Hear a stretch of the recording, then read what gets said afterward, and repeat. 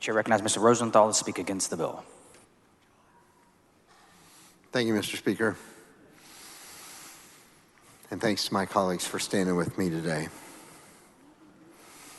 Members, I'm here to voice my opposition to this bill that so many consider to be an instrument for voter suppression and voter intimidation, all under the guise of quote unquote election integrity. I submit to you that in a representative democracy, we advance competing ideas and we ask the voters to decide what they want. Forwarding this notion means we should be working to increase ballot access, and we should be working to increase voter engagement and participation. Current leadership has been in charge of election policy in this state for over 20 years. Have y'all really been unable to secure our elections after all this time? Your own Secretary of State said the 2020 election was, quote, free, fair, safe, and secure. Your Attorney General pulled out all the stops to chase after phantom voter fraud in the 2020 election. He assigned extra people. He used 22,000 staff hours, spent $250,000, and all of that to identify 16 problem ballots.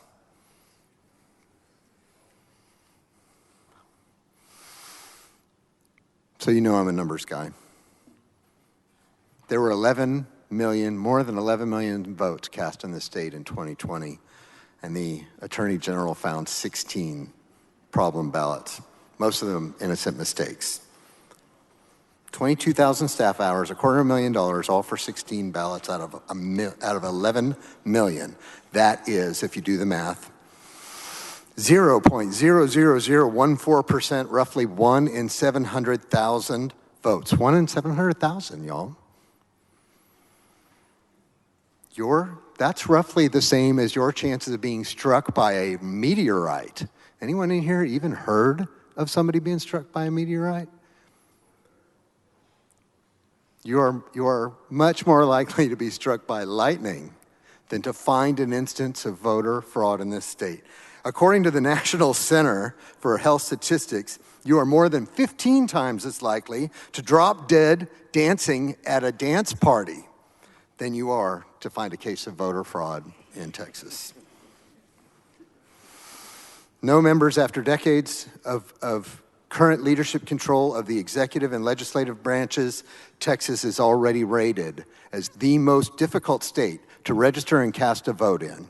We ranked worst in the nation, 50 out of 50, according to a study from Northern University and Jacksonville University, as reported in December 2020. The reasons that they give for our bottom level ranking include things like our extension of the 30-day deadline for in-person voter registration, restrictions on absentee and mail-in voting, reduced numbers of polling locations in some parts of our state.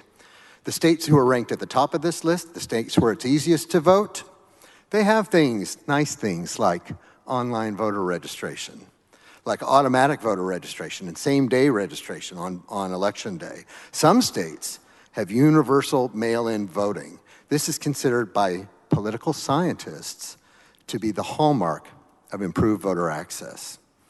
In Texas, voting by mail already has serious restrictions, and this bill seeks to further limit voting by mail. Instead of developing more robust systems in our state to improve both access and security of vote by mail, the way that they've done in states like Utah and Colorado, who have universal vote by mail. Members, I'm going to tell you, this is not about policy, because if it was about policy, we would surely be talking about ways to improve voter access, like expanding drive-through voting, ways to better secure and proliferate vote-by-mail systems, the way that other states do to encourage voter participation. This bill purports to be about election security. I just want to know how in the world it makes our elections more secure to reduce allowable voting hours on certain days, to dictate the allocated numbers of voting machines in certain locations, in any location, to criminalize sending out vote-by-mail applications. Just sending out the application, not the ballot, an application to vote by mail. How does it make our elections more secure to end drive-in voting, drive-through voting? How does it make our elections more secure to disallow staff from your elections officers from being in polling places to address issues as they arise? The short answer is none of these measures make voting more secure. There's no election integrity problem in Texas. Remember, you're more likely to get struck by lightning, far more likely to get struck by lightning than you are to find any case of serious voter fraud in Texas. So this bill is not about election security. It's about suppressing the vote. It's about intimidating voters and election workers. Why else would we allow armed, partisan poll watchers access to the ballot place that we don't even allow our election officers? While we criminalize simple human errors made by voter election employees? It boggles my mind, y'all. Who in the whole wide world could see these measures as anything other than voter intimidation? We've already seen video of conservative advocacy groups planning to build a quote-unquote army of militarized partisan poll watchers they intend to send into urban areas, quote-unquote problem areas, areas that are predominantly ethnic with black and brown populations. We all know these populations tend to vote Democrat more often in elections.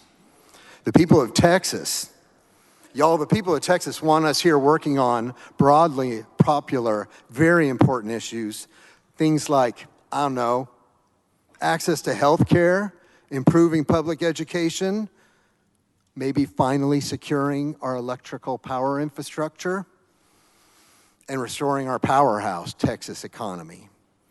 Instead, you're here debating anti-trans bills, heartbeat bills, reducing commercial liability for transportation and trucking.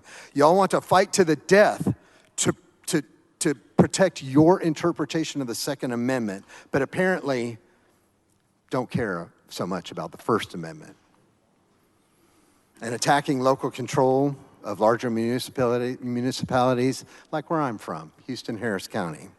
I submit that if the focus were on forwarding truly popular policy, then you would want more voter participation, not less.